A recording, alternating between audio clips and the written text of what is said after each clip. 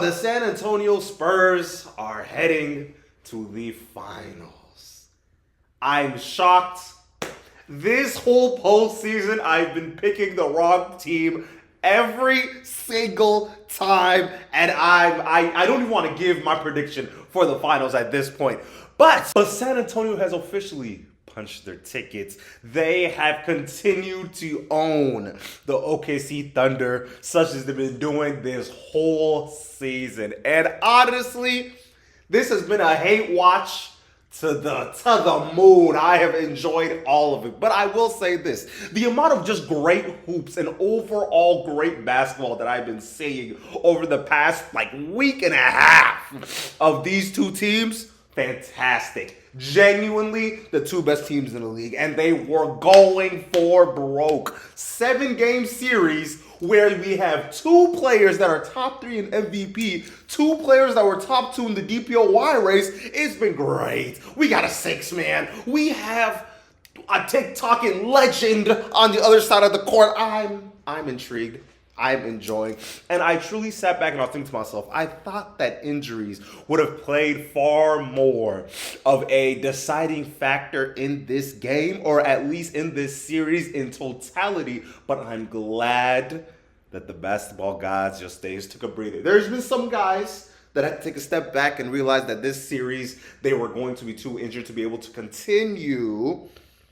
I really wish J-Dub and De'Aaron Fox were 100% healthy. We missed you. We missed y'all too. I'm not gonna lie to you, but it was great hoops. It was definitely great hoops. But before I talk swimmingly of this Spurs squad, let me just talk about this OKC Thunder team. Number one, SGA has been this offensive consistency throughout this year, and honestly, this final game of the season, he truly put the team on his back. He went out the way Kobe would have. And that is all I can ask for.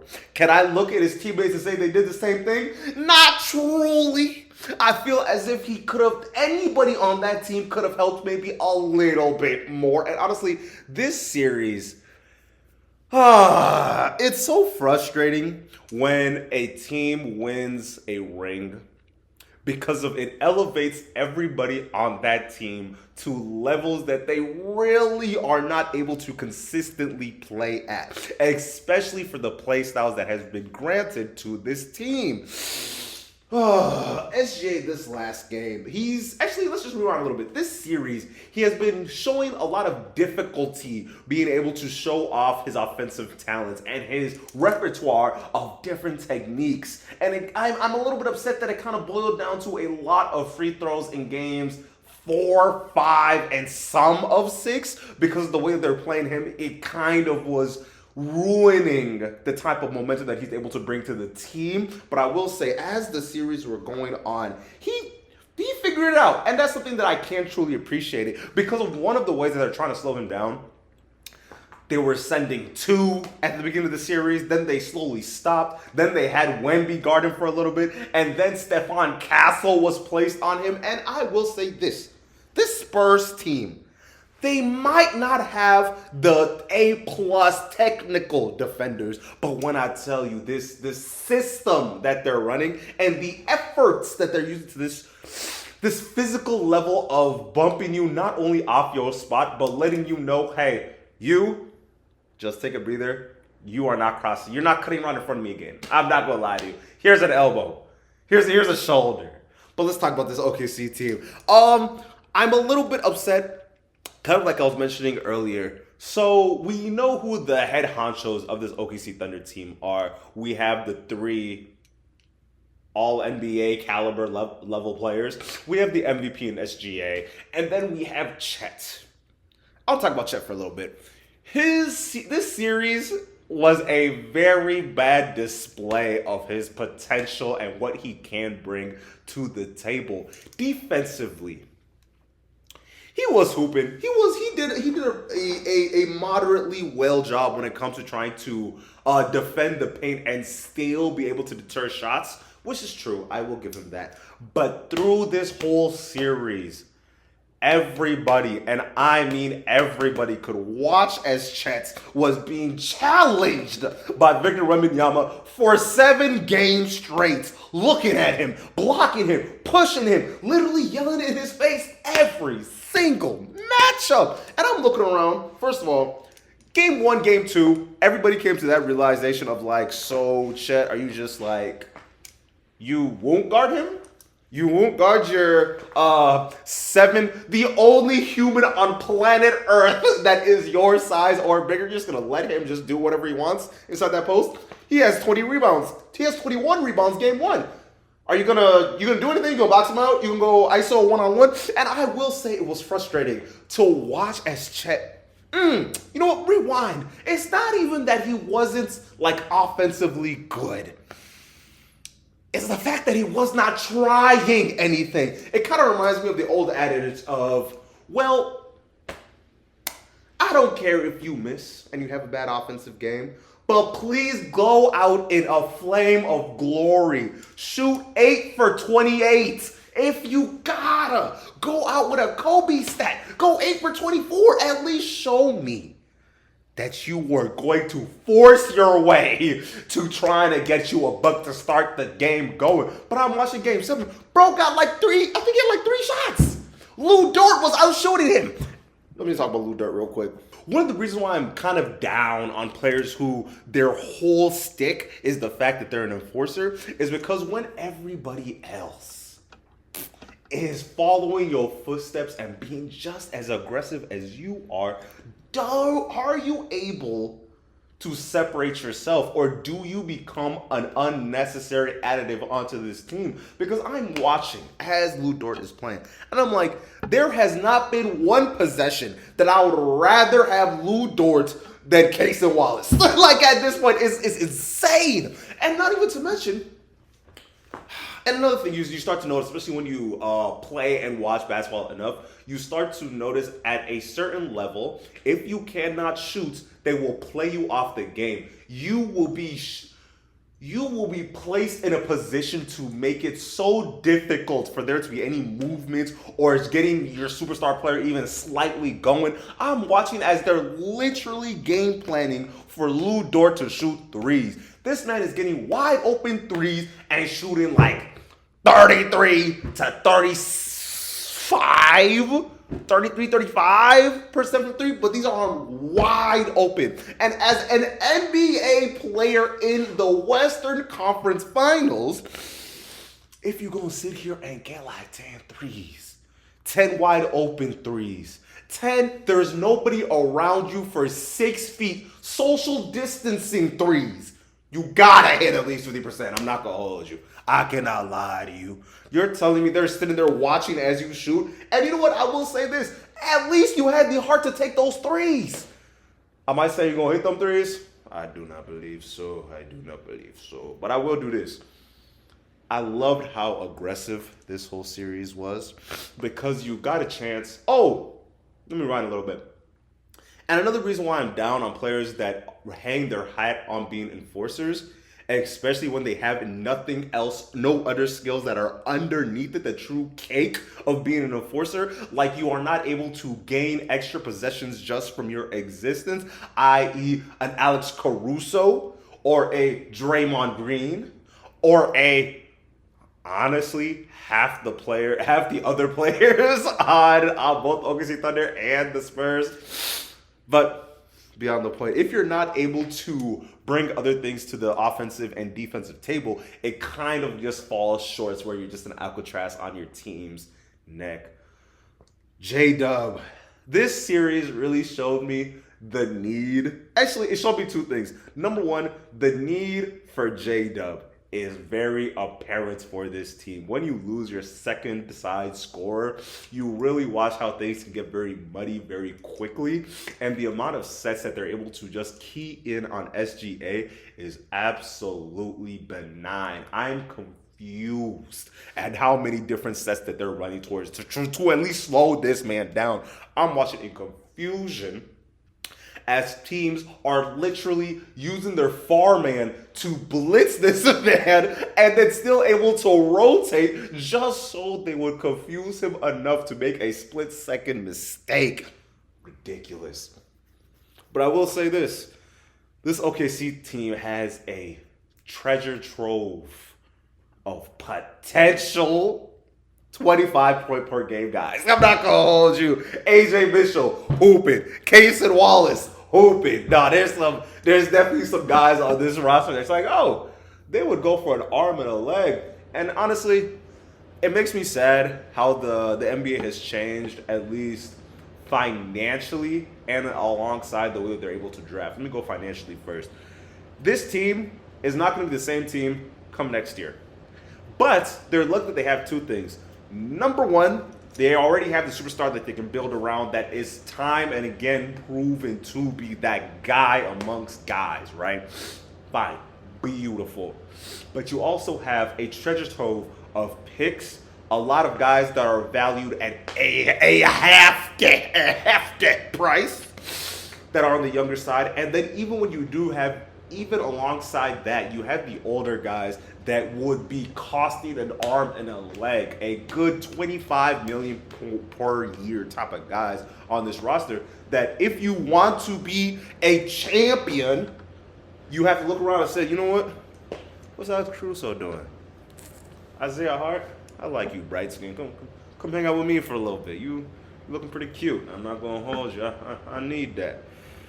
But the fact that they have so many guys that are worth a lot, alongside having high draft picks, alongside having a lot of draft picks, and alongside, y'all remember that one tall, lengthy white dude that's supposed to be like a European superstar, but like I think he had like a lung thing, or it might be like I don't even remember. I think he beat cancer, but you know what? That could just be that could be off the race. That could just be a rumor that I heard. But they have so many guys that they could trade and bring to the next level that I'm not really too worried about it. But I will say this team will be looking different. But I like to talk about the way NBA teams kind of draft is very interesting to me, because one thing I've noticed, a lot of high draft picks are, I would say, glorified role players. But there's been a shift in the way that up and coming NBA players are being trained, so they're able to be plug and play immediately, no matter where in the league they end up going. Where if you're a high draft pick, you are kind of forced to have the defensive awareness and the offensive IQ where you can play in any position alongside a superstar that's already inside the league. But I feel like it leads to the same problem that we have with like Chet now, where he's very willing to be like, I will just take a step back and let everything else happen around me, and then I just get in where I fit in. Because that was the main problem that I was going to have with Cooper Flagg when he first got sent into the NBA as the number one overall pick. There was some questions around if he's going to be able to pick up that superstar slack, and he's proven that, like, yeah, no, he can put the ball on the rim once he has enough percentage on the ball, especially on ISO possessions, but that's beyond the point. But I will say this. I'm wondering if there's going to be another massive change in the way that teams are able to, like, set up their teams.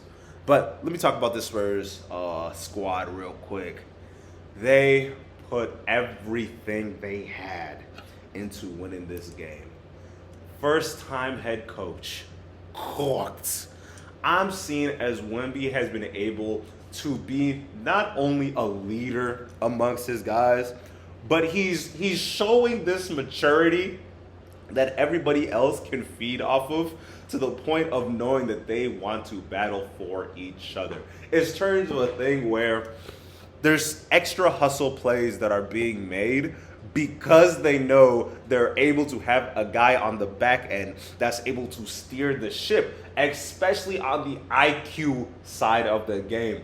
And I like how Wemby has went out of his way to say, hey, I want to win now. Hey, I don't know how long I have in this league, but I want this ring now. And everybody says, you know what? Let's go get that ring. As well as from the old guys to the young guys, they're getting in where they fit in. And that's why I could never hate Wemby. I could never hate Wemby. They're going around talking to each other, and there's been this theme of analysts, of people that watch the game, people that describe the game. They're like, oh no, you have to fall on your face at least once, at least twice. But this team is like, no. We have been so intentional with every single game that we've played. We've been intentional from learning as these series have went on. And I've noticed they have been able to change the way that they're playing as the games go on, where game like 1 was vastly different than game 3, especially as you go on throughout the series, because of watching Wemby have to figure out that he needs to not only improve his motor, but get to the conditioning levels of being on the court the whole game. Because if you watch, and it's like, yeah, no, everything is going through Victor Wembanyama, from the defensive positioning to the offensive sets to the amount of times that it doesn't seem like Wemby posts up per se, but I will say this. They figured out how to, they've been able to get a lot of lemon from that orange that they call that alley-oop. They have gained so much from being able to know that, like, if everything is falling down, I can at least throw it up to Wemby. And that might honestly be his signature move. I don't know how much I like that per se, but learning that you always got that in the bag, very smart. And I don't know if this team is good at defense, or if Wemby has been kind of passing the ship as the defense goes on, because we are watching as Castle is generating so many turnovers, especially from the way that he plays defense, fouling like a mug. But I will say this, to have the heart to foul and not give up, just not care, just say, you know what, we will play hard this whole game. I don't care what the ref's talking about. Beautiful to watch. And I could feel as the whole crowd, honestly, as the world sat back and watched, we knew who we wanted to see in the finals. And I'm glad, I'm so glad that the Spurs were able to pull this one out. Especially, we are watching so many legends be born, especially with my guy, Dylan Harper. Harper is crazy. Even as the games go, he seems like he's battling injury, right? And he's still being able to show that he's effective on the court. It's fantastic. It's fantastic. But honestly, I feel like the Spurs just might hate the OKC Thunder. That's another thing that I would kind of wager on my side of the thing. But beyond that, I want to talk about Wemby's play style. With the conversations of Wemby not having this offensive bag, or he doesn't have this offensive motor to be considered an MVP caliber player, at least this season, it was so frustrating, because I'm not even saying that he shouldn't, or that he should have won the MVP this year. I think SGA had a better year, like, objectively. It's more so people treat Victor Wembanyama's offense like it's Chet Holmgren's offense. And that is so upsetting to me, because of we've seen, especially through this series, you can up the load when it comes to Victor Wembanyama's offensive bag. And that's necessary, especially when you're going into the finals against this well-rested Knicks.